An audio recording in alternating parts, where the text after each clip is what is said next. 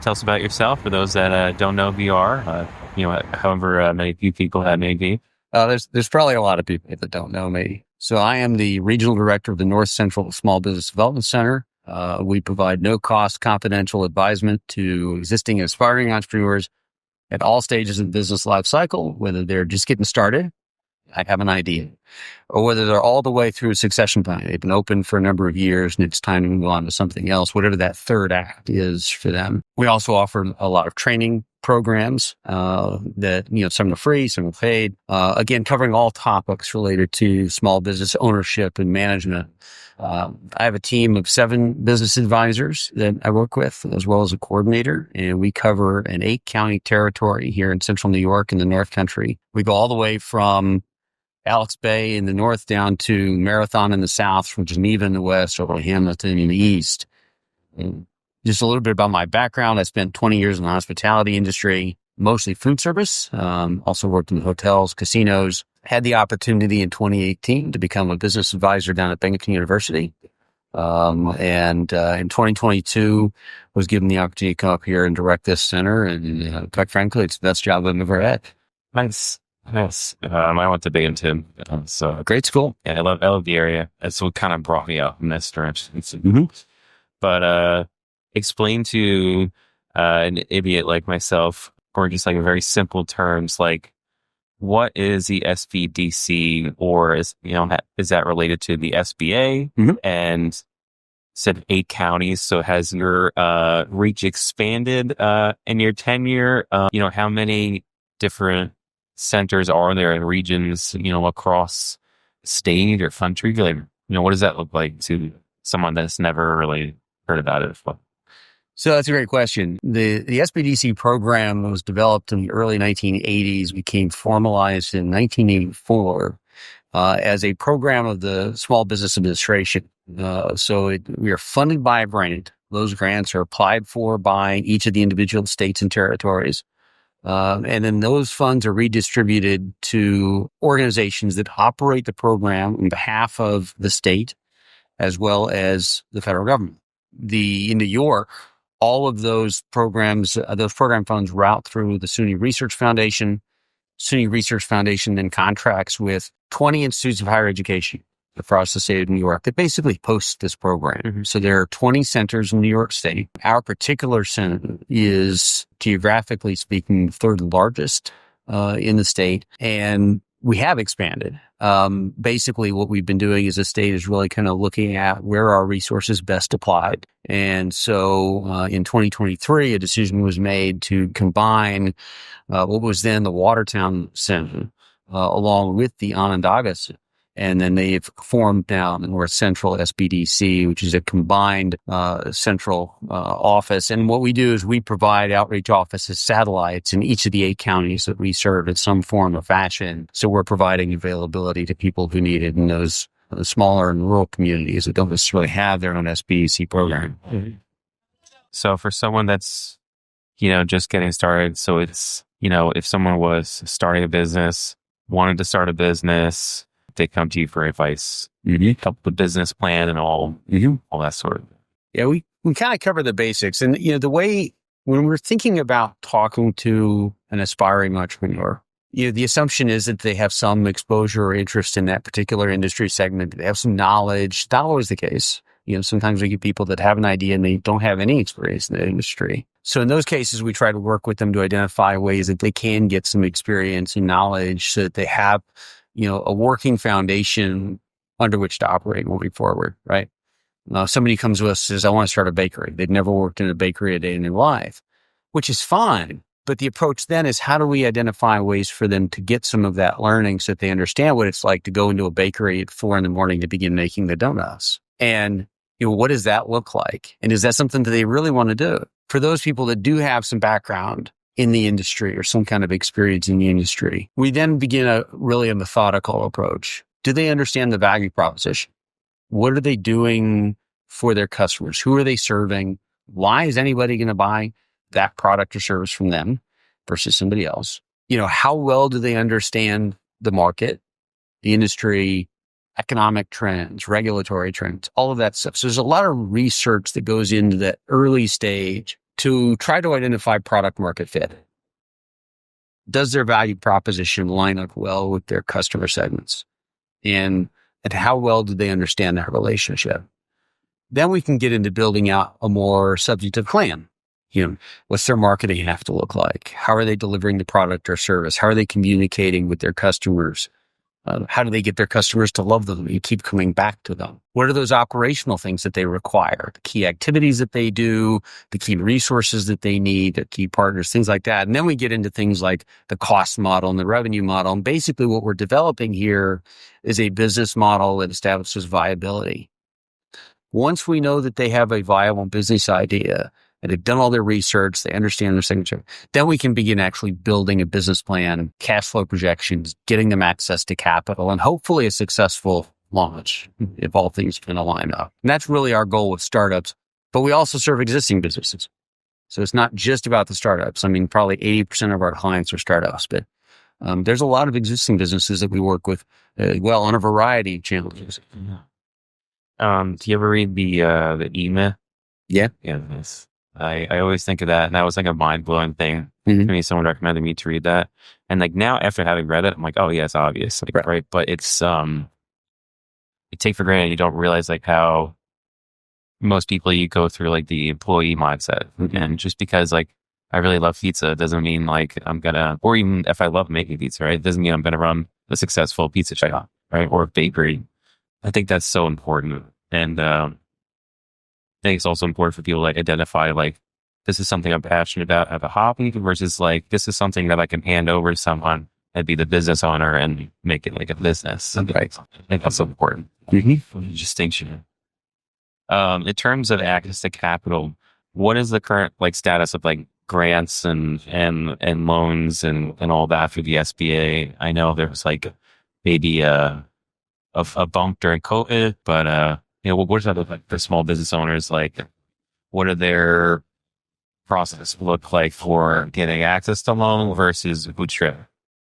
At least in your experience, people applying for things. Yeah. So the most common question that we get is, where can I find a grant to start my business? So I have some bad news. They don't really exist. The myth about grants has been around a long time. And, I think we try to do a lot to educate people as much up front that they just are not available in the way people believe that they are available. Grants typically come from two sources: private sector, where there is the possibility to find some startup funds. But the most common source is government. These are taxpayer dollars. And typically what taxpayer dollars are intended for are to address a socioeconomic issue or environmental issue or technological challenge or something like that, that is a very specific priority for, people who lead our government to try to address those challenges. They typically are not available for startup businesses. They're typically targeted at expansions.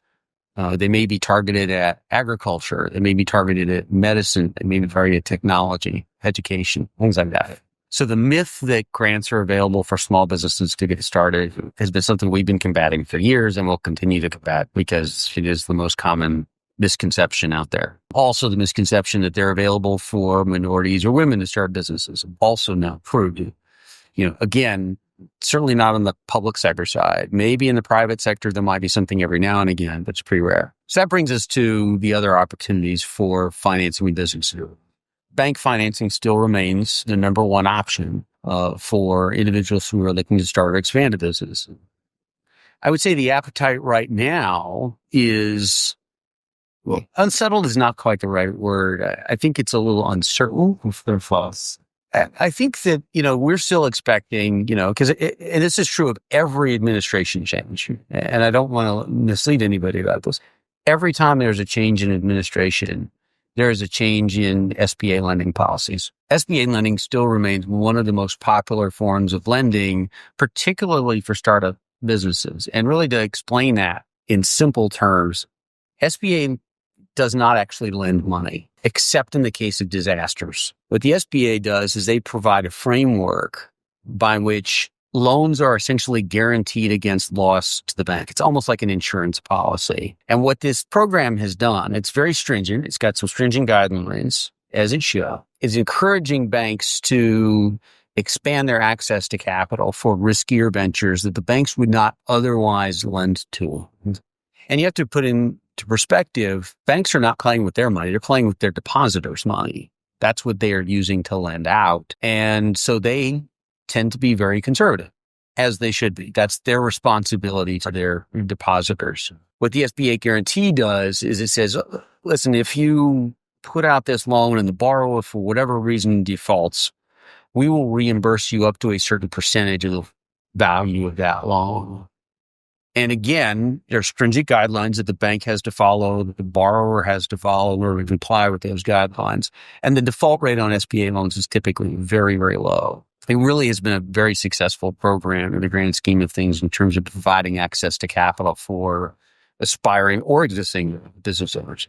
I think as we kind of get a grasp on the economic and lending landscape over the coming months, we're going to kind of be able to be a bit more predictive about where lending is going to go.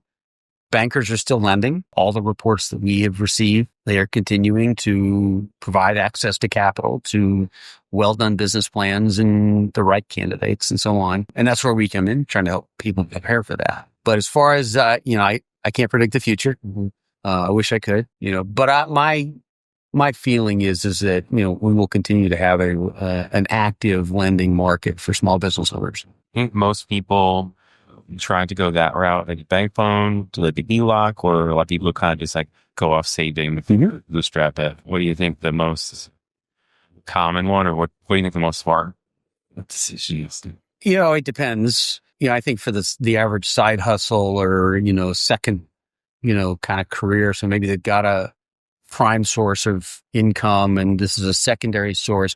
A lot of that is bootstrapped or family and friends or whatever. Still very common. And even with a bank loan, a borrower has to put in some money. They have to have some skin in the game. I think that family, friends, personal investments still remain probably the number one source of startup capital for most of your smaller enterprises. If you're talking about a larger scale business, you almost always are going to need some kind of bank financing. And there are other sources. There are economic development agencies also have lending options available, typically targeted towards existing businesses. So a business that may be looking to expand. And there are other, CDFIs, developed financial institutions, or other sources of capital that may be available, again, a non-traditional lender. So there are plenty of options out there. And the way we kind of function is we kind of put all the options out there. We say, okay, what do we think makes the most sense for your situation? And then we kind of help, that entrepreneur sort through that process. What would you define as small business? Like, it depends on who you ask. If like small business, mid-market, enterprise, well, some people say like, 100 employees or less, or 500 or 1,000. Like what, small business development center, do you exclusively, cut off to a certain point of size of business? And then personally, what do you view those tiers as? What qualifies as a small business? So we use the SBA definition of a small business, and their definition is typically 500 employees or less. There are some exceptions to that depending upon the industry. So certain industries, that number may be higher, certain industries, it may be less. There are a few industry sectors where it's revenue dependent. So businesses that generate certain revenue, even if they only have 10 employees, may not qualify as a small business. So whatever the SBA's definition is, and certainly subject to change as the environment changes, but that's what we will use as a definition. And anything above that will be considered a large business. Oh. How do you feel the landscape has changed for small businesses over, the past years and kind of going forward? Any thoughts on that? It is more complicated to run a small business today than it probably has ever been, I think, for two substantive reasons. The first is really a regulatory environment, kind of at all levels. And what folks don't quite understand is that regulations don't usually go away. They just add. There's just more of them constantly being added. And trying to keep up with that is really kind of mind-blowing for the average business owner. I think that the other thing is that technological rate of change can also be kind of paralytic in a way because there's so much of it. I think it is real early to kind of forecast the impact of AI on small businesses. I believe it'll be a net positive. I have every reason to believe it'll be a net positive. But as with any new technology, there's a fair amount of growing pains that go along with that. And the reality is really, in the last 25 years, the pace and rate of technological change has been nothing short of spectacular. We're recording this using a couple of digital cameras that are probably a quarter the size of what a camera, good camera was 25 years ago. Those big things with the booth and, Right. Oh. And a phone. That kind of thing was unheard of 25 years ago. And so the way businesses to change and adapt to keep up with changing technology, I think those two areas, regulatory and technology, are really the biggest things businesses have to cope with more than anything else. For fun, do you have any personal opinions on how AI may shape things in 5 or 10 years? A hunch. So I kind of like telling this story about headlines in newspapers about the evolving technology, and some of the headlines were things like, this is going to ruin the minds of young people. It's going to make us lazy. It's going to make us less productive. It's going to be a source of conflict and whatnot. And it was a lot of doomsday saying. And what the newspapers were referring to was the dawn of radio. And if you go back and look at the headlines from the day when radio started to become a thing, it was a lot of doom and gloom and concern and worry about nothing. In reality, we always go through this. We've gone through it to some extent with a cell phone. We've gone through it to some extent with social media. And we continue to grapple with it, I think, to some extent. I think AI might be one of the greatest technological tools of our age, potentially. I think it's early to say. I'm not afraid of it. As with any technological change, humans have an ability to adapt. When was the last time you took your car into a blacksmith shop? Right? You can't find a blacksmith shop anymore. But only 120 years ago, they were all over the place. And people still rode horses. Right? What did those blacksmiths do? They went off into different things. I think that will also change the way we do work. And in many ways, I think it will make our lives easier. There will be things that will change. As with any technological shift, yes, there will be people who will lose the work they are doing today, but they will do something different that will also still provide them opportunities for work. I don't believe that there's going to be a zero sum on this. I think we will continue to see growth as we evolve and be able to adapt this technology to our benefit. Do you just see careers or industries changing, or do you maybe see some merit to some that kind of, maybe not even for political reasons, but kind of see a necessity for universal basic income, where there may be a certain class of people that there may need we may need less human workers at a net level at a certain point, and it's what do we do about them, having a base level living, and then those that are specialized. I hadn't really dove into it, but I know that's a whole side of it. Yeah, I mean those are complicated issues, right? And they get into larger societal questions. I think.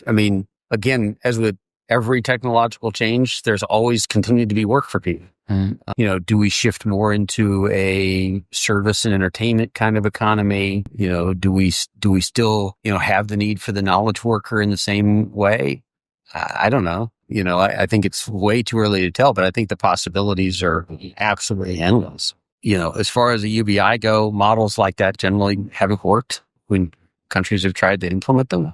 The countries that remain heavily focused on market dynamics tend to be the ones that thrive the most. And I think there's plenty of case studies to show that. I'm going to put on my optimist hat. Yeah. I think for me, in the last years, seeing everything change, it feels when the internet boom happened. And it's like, we still have like, Netscape and Firefox and these things, different, ChatGPT and other things, popping out. But it's just like a glimpse of like, exponentially just gets better and better and, takes away that operating power. But, I was reading book on AI, and it was talking about how most of the jobs from the 2000s didn't exist in the 20s, right? So I got the person, I see that full circle. My job in the corporate world didn't exist basically when I was in college, and then it just like existed and it came full circle, and now it's been automated away. Right. But new things like in the IT industry, like the MSP model didn't come out till maybe 2010, right? And that'll probably go away definitely 2030. But I think it's accelerates the cycle and it really amplifies the human element of different industries. And I think personally that's gonna help small businesses, where it's like where can the human element shine, right? In smaller local connections. So like I could work with this giant company or I could work with this local smaller company. I think that's going to stand out in the one. There's a lot of shifting and a lot of things I feel like swallowed up by private equity, like even plumbers and contractors now, I feel like are like getting subsumed into like these giant things that have this whole marketing and sales system that like, put ads on Facebook, like, roof owners need like, people with old roofs need it, and it makes you think you're going to get like some deal, but they're just, advertising. But it's wild how that is ramped up in recent years. So it's this whole kind of sorting of the industry, but I think a lot of small businesses that focus on the human side, I think are going to benefit. Yeah, I would tend to agree with you. I think there's still an appetite for people who want to work with somebody local and, develop a relationship. And I don't think that side really has to go away. I think we believe that just because social media was here, that social element was going to disappear, and I think the opposite is probably true. I mean, if we look at, even pre-COVID, right, we went to this massive world all of a sudden where everything was over a camera and a screen. And coming out of that, what did people want to do? They all wanted to get together in person again. They all wanted to be together again, wanted to interact and be social, and because we are social creatures. I think humans have an incredible ability to adapt, and we've shown it for eons. The ability for us to change with the times and the technology is, I think, one of the things that makes us human. And, we can be fearful of technology, or we can embrace it and learn to use it and leverage it to make our world a better place. And for that, I also choose to be optimistic. Yeah, I think technology is always neutral. And it just depends on how it's used. It's just a tool. So, if we're humans, if we're net good, then we'll use it for good. But, odds can always be used for good. What do you think makes working in the region, central New York, unique? Do you have a lot of agricultural people, rural, retail shops? Like, what makes on the business side, what makes central New York different than, maybe even like Albany or something nearby? That's a great question. Not being as intimately familiar with all of the regions as I would like to be, I think there's two things that I probably kind of sense. First of all, the diversity of the 8 counties that we serve is pretty spectacular. We're probably 90% rural by USDA definitions.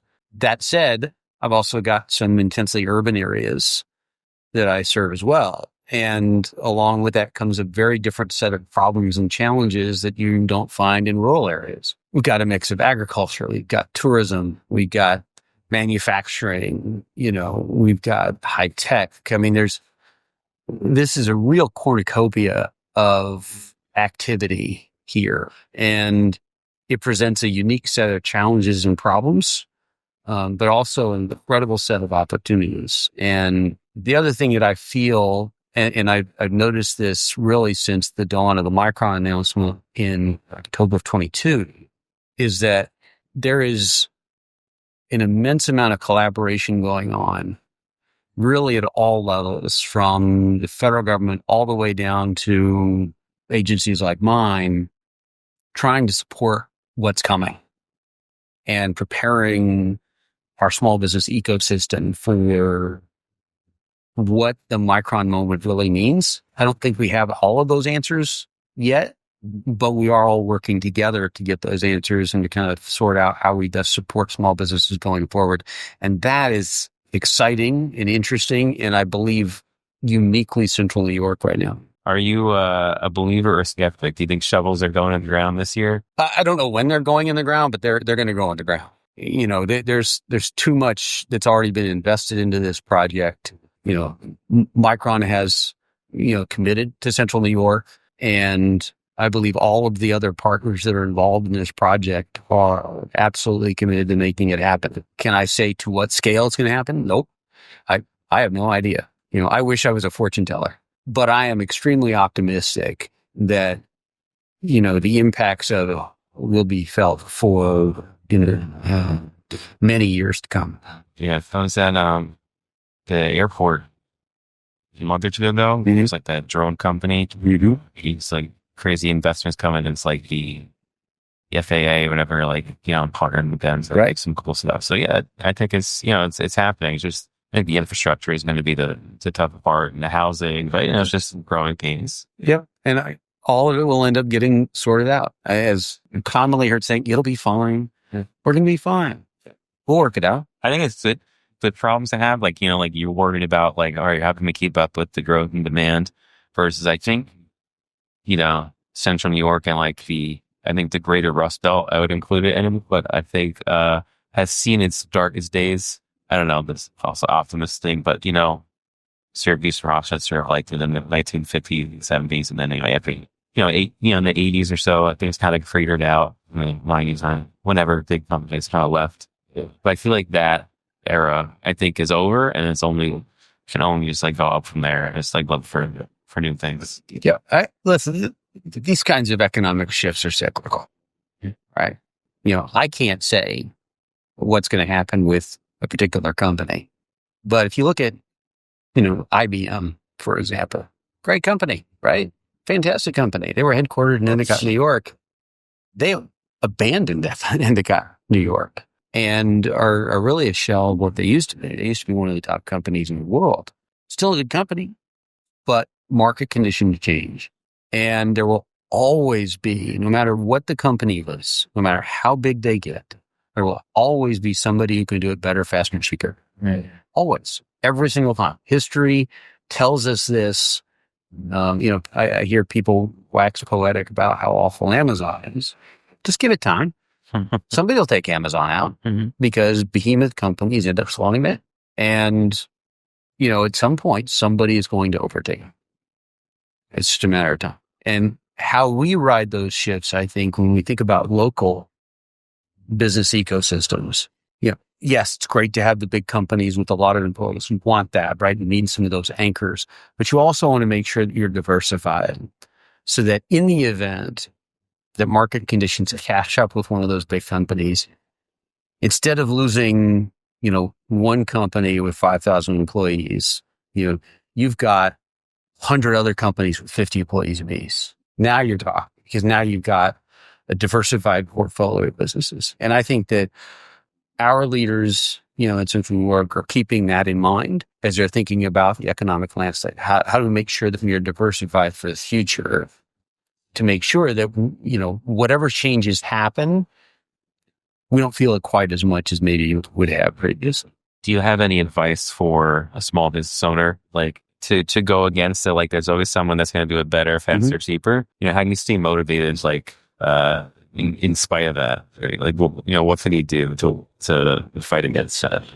I think one of the greatest qualities a small business owner should possess is that of open-mindedness and curiosity. Always be thinking about the fact that your business has to evolve, that the way you did things 5 years ago or even 2 years ago may not necessarily be what's going to keep you competitive going forward. And, how do you do that? You do research, You go out and study the competition. You see what the other folks are doing. You talk to your customers, but you also talk to the other competitors' customers. You look for case studies. You look for best practices. You're constantly trying to evaluate and assess where are we going strategically and how do we remain competitive. The businesses that struggle are the ones that aren't nimble, are the ones that don't evolve, are the ones that have gotten themselves in the mindset that my business is running the way I want it to. I don't need to do any. That kind of mindset generally isn't successful for the long term. And I think the way we ran businesses previously where we could get away with that, we could get away with more of a static approach to how we thought about operating our businesses has really changed. Technology is a force for that. So open-mindedness, curiosity, continuing to challenge the model, continuing to ask yourself, are we doing what we need to be doing? That kind of thought process. If I don't remember the exact term, it says like empirical worldview, and there's another one. One is basically like thinking like, I know, they say everything there is to know, or like the other one is acknowledging like there's other information that can change on it. Also is based in closed mindful versus open-minded. Someone's starting a small business. There's no like silver bullet marketing and sales. It's like, you got to do like 12 things all the time, 24/7, but if you had to pick one to start with, would you, we talked about networking, cold call and cold emailing, door knocking, asking for referrals, advertising, where would you start if you were starting something? Man, you're going to hate this answer. It depends. Yeah. And I'm going to go back to what I kind of mentioned earlier about your value proposition and your customer segments. How do your customers want to be communicated with? And more importantly, how do you know? Are you going off of some assumptions, or you had a conversation with a couple of friends, or did you actually go out and try to talk to your customers and ask them those questions? Mm-hmm. It depends. There are some audiences out there still want direct mail. Believe it or not. There are some audiences who only prefer text messages. There are some that only prefer social media. It's just, I think no matter what, in today's world, you still have to be mindful of the power of search as a core component. Got to have a web presence, preferably a website. Maybe you've got a Facebook page, some kind of something that is your 24/7 brochure to the world.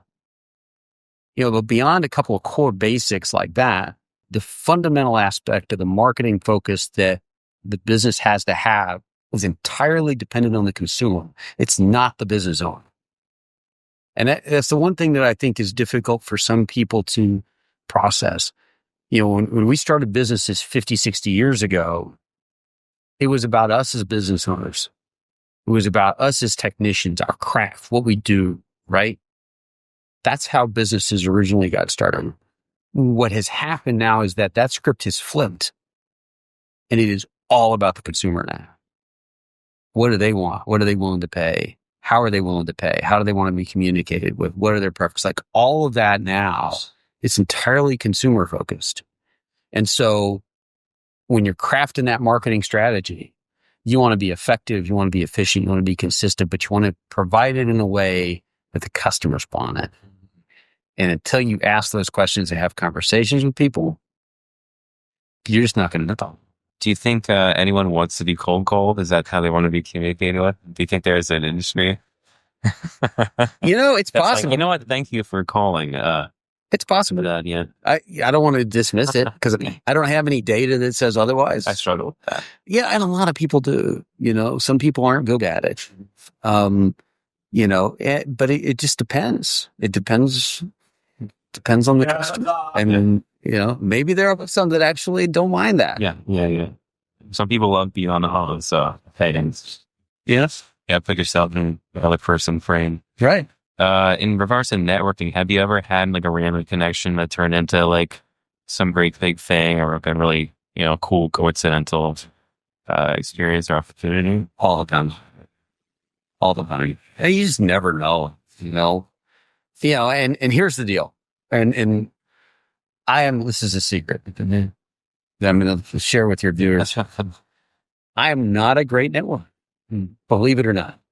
And I actually don't mind sharing this. So, and this is just my nature as a person, you put me in a room with 100 people I don't know, Mm-hmm. and I really struggle with that. As I was first kind of settling into Central New York, really found it kind of difficult to get started with that. I had to kind of go back to some basics. And one of the basics was when I walk into a room with 100 people, and I don't know anybody, my goal is just to introduce myself to 3 people. And as long as I've gotten to 3 people, I've done my job for the night. Mm-hmm. And then I'll hang around as long as I feel like I'm comfortable, and then I'll leave. Right. That's kind of always been the MO. And then over time, what happens is those 3 people turn into 6 people, turn into 9 people, turn into 27 people. Mm-hmm. And now you're not walking into a room where you don't know anybody. Yeah. And it has just never been anything. So it's a conscious thing Mm-hmm. on my part. And most people don't know that about me. That, I walk into a chamber event and I'm like, oh, no, I don't even know where to start. No, you wouldn't know that, but because like I think so much of it is just showing up. Yeah. And then like even if like I don't know people, like I've seen them 5 times, so I'm like I gotta say hi. Mm-hmm. Or, like I just feel a little bit at ease around them.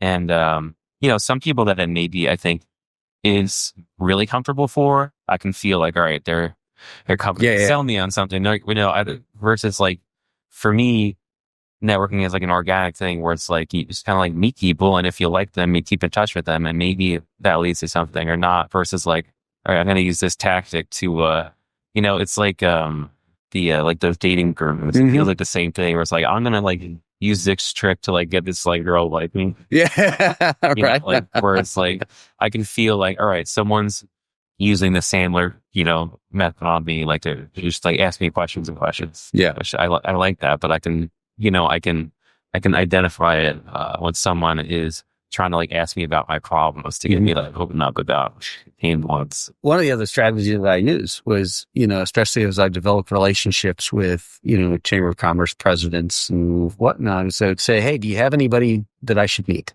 Mm-hmm.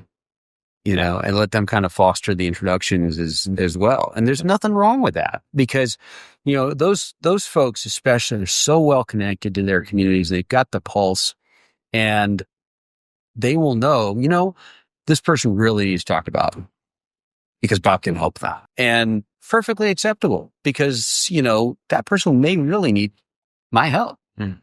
And if, the chamber president or some other economic development official is making that introduction, now it has, a connection that has hopefully some meaning with it. But yeah, networking is important, not what I'm gifted at. I will be the first to admit it, but it is so very important. Yeah. And like there's a important aspect of like, you never know until you ask, right? Like, right. Can't just assume someone's going to like contact you and be like, hey, you know what? I was thinking about you. I want to connect you with this person. Mm-hmm. Right? Like that's not going to happen, but like just ask. And yeah, just like getting to know the people that are running the event, at least, like 1 or 3 people. Right. And then next time, you at least know someone there and then you meet 3 more. So I feel like I was in a room, is it last week? I went to like a big convention. It was like 300 people. It was my first time joining association. I'm like, all right, just like, 10 years ago, that would have been my worst nightmare. But, right. you got to do it. Certain work. Mm-hmm. So, yeah. Well, tell us about yourself personally, like, foods, family, life, Parent of 2 kids, both off the payroll. My 27-year-old daughter lives in North Carolina. My 25-year-old son lives right here in Syracuse. I am single. You hear that?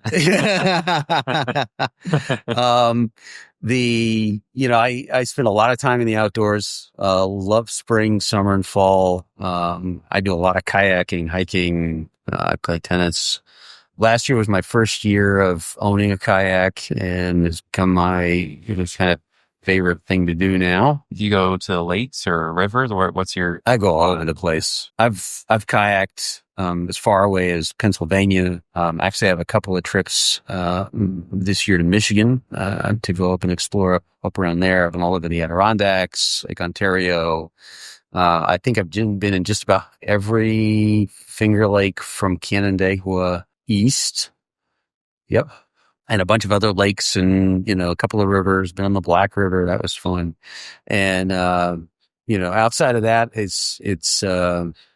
do a lot. I work a lot. I mean, but it's also the best job I've ever had. So it's, kind of worth the investment. But yeah, love the outdoors, hanging out outside. I do a lot of tent camping, which, people are like, wait, you're how old and you're tent camping? And I'm like, yeah, I love it. Are you kidding me? There's nothing better than waking up in a tent on a cool morning. Yeah. And it doesn't have to be, that could be a step above backpacking, right? Going into the wilderness, it's still, sometimes it could feel like luxury just camping in a little campground versus, doesn't have to be an RV. No.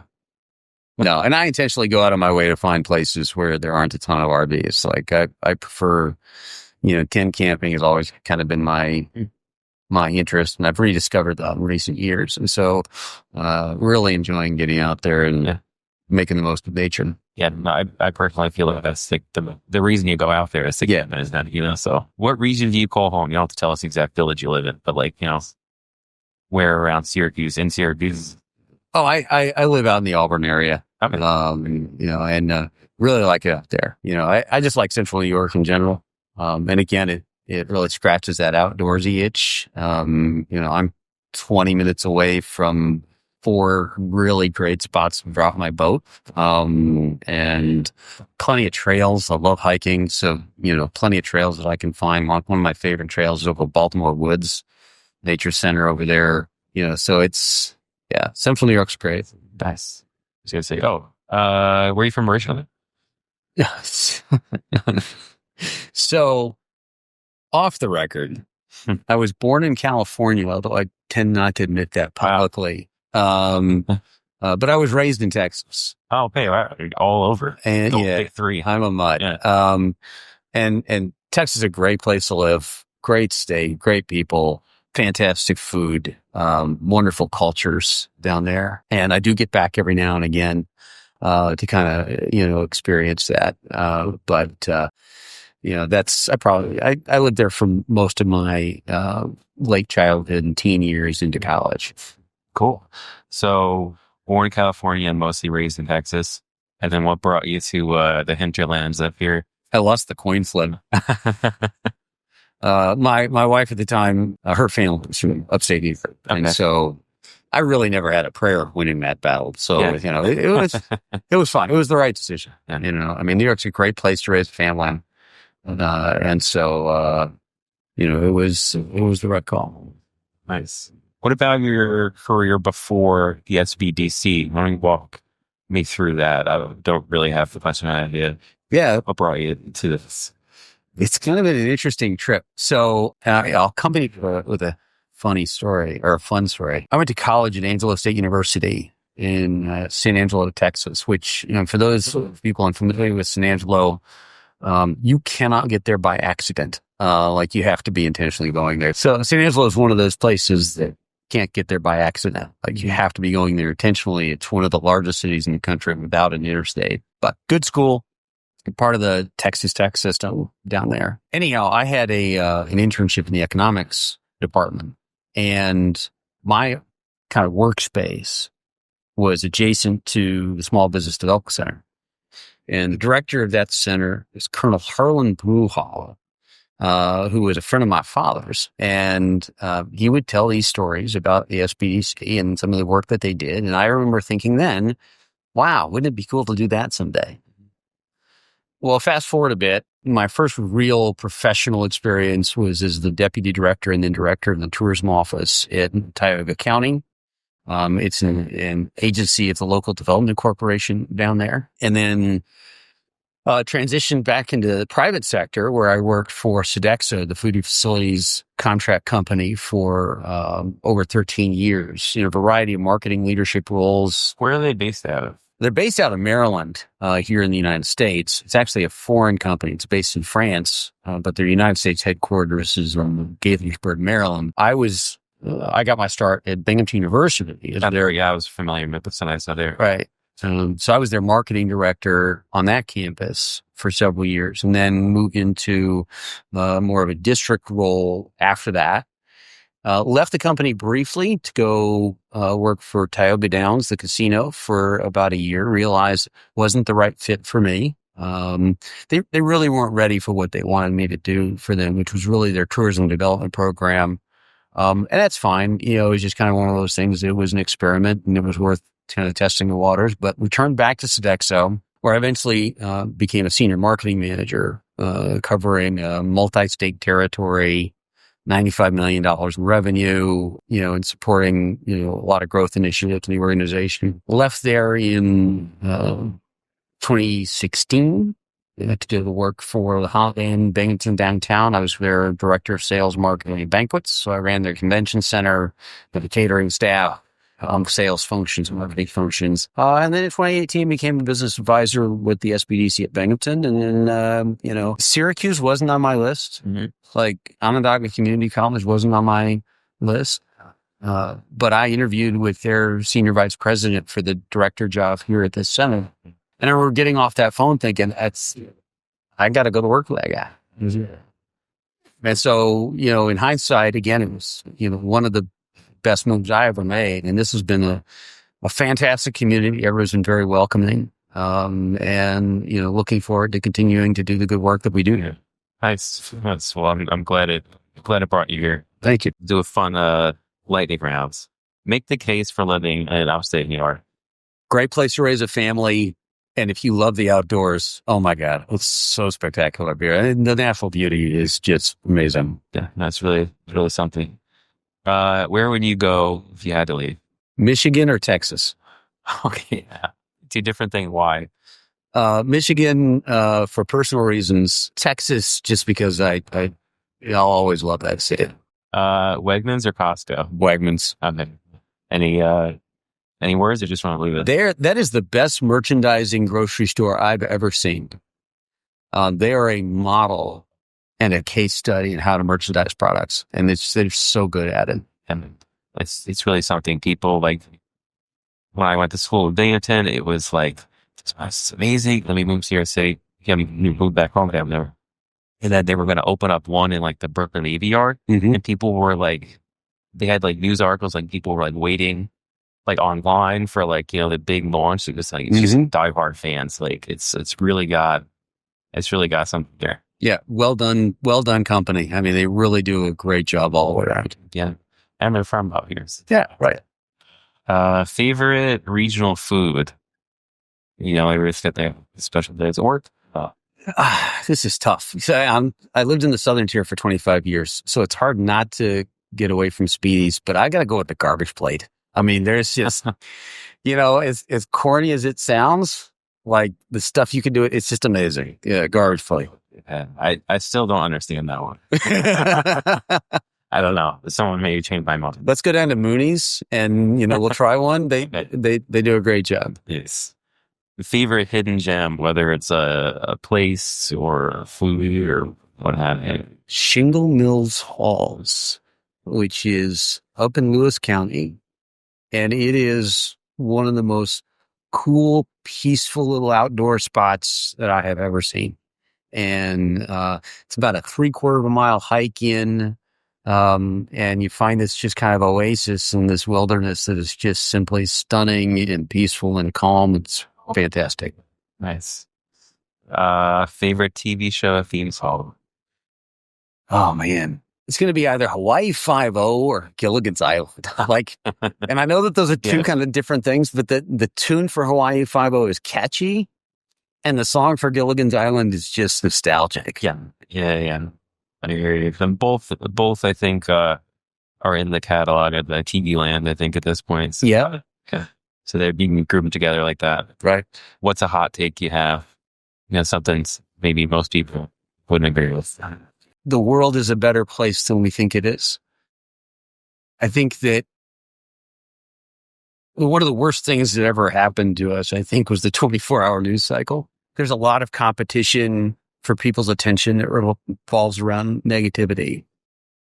We are richer today. We have access to greater technology today. We are healthier today. We live longer today. There's virtually no famine in the world, something that was really unheard of. We have access to more wealth than we've ever had at any point in our history. And again, I'm a student of history. And if you look back over time and you study how people lived, even 200, 300, 500 years ago, it's just unbelievable the transformation that we've undergone as a society. Is it perfect? No. But there's so much to be optimistic about. It's a great time to be alive. I think like a common thing, families of immigrants or children of immigrants will it's like fun is like a relatively kind of new thing, like for our recent generations. Like, it's like, you just kind of like work till you, work till you die in the past, all this recreational time and social media and, the luxury freedom we have now. It's really something. It's unbelievable. Unbelievable. There's so many, if you look at it, even just the number of people not living under authoritarian regimes. Mm-hmm.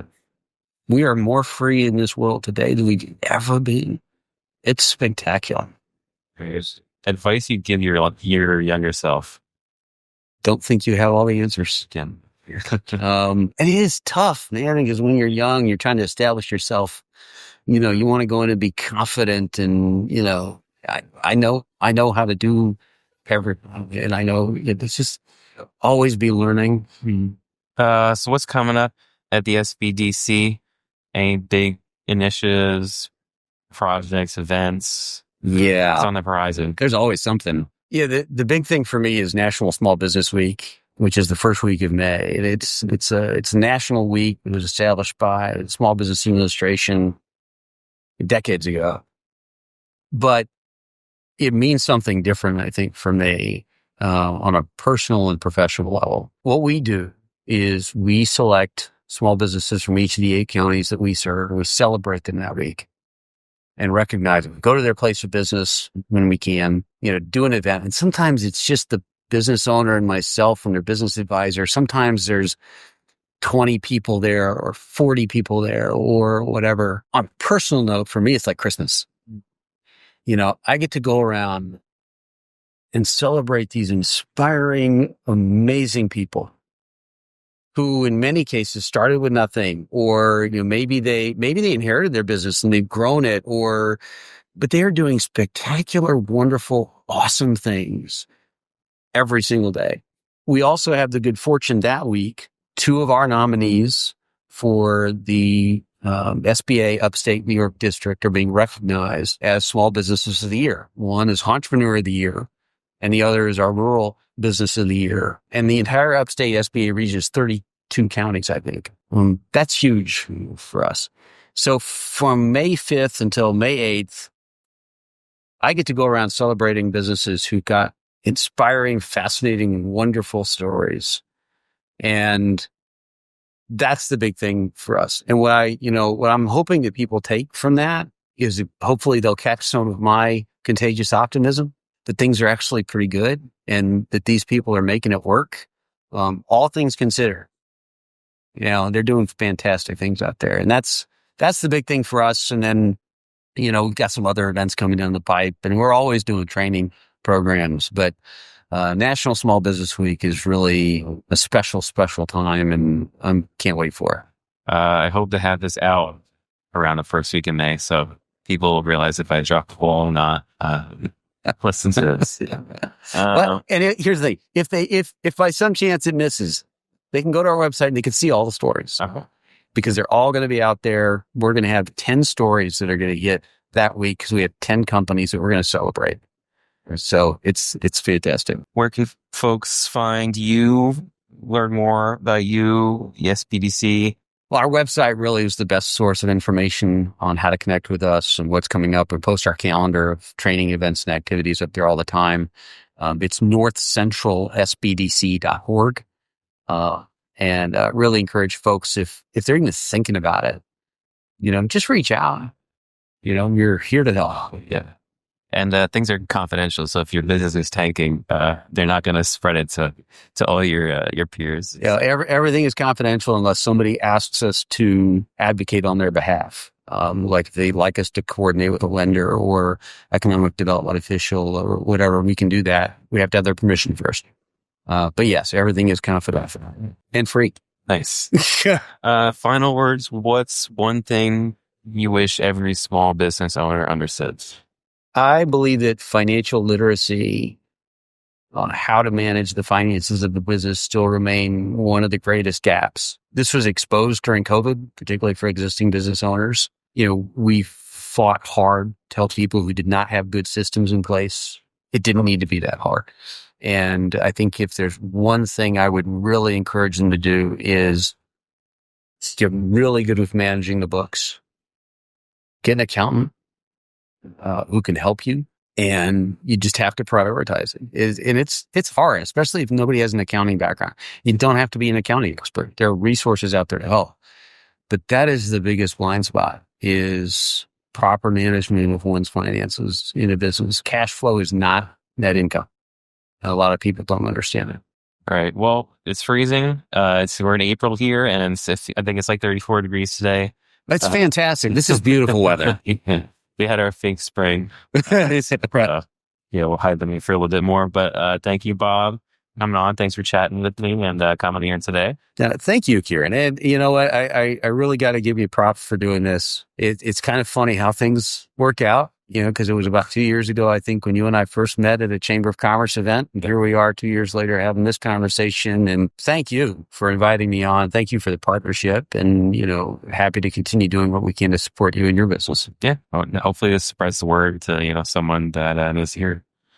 Excellent. Cool. All right.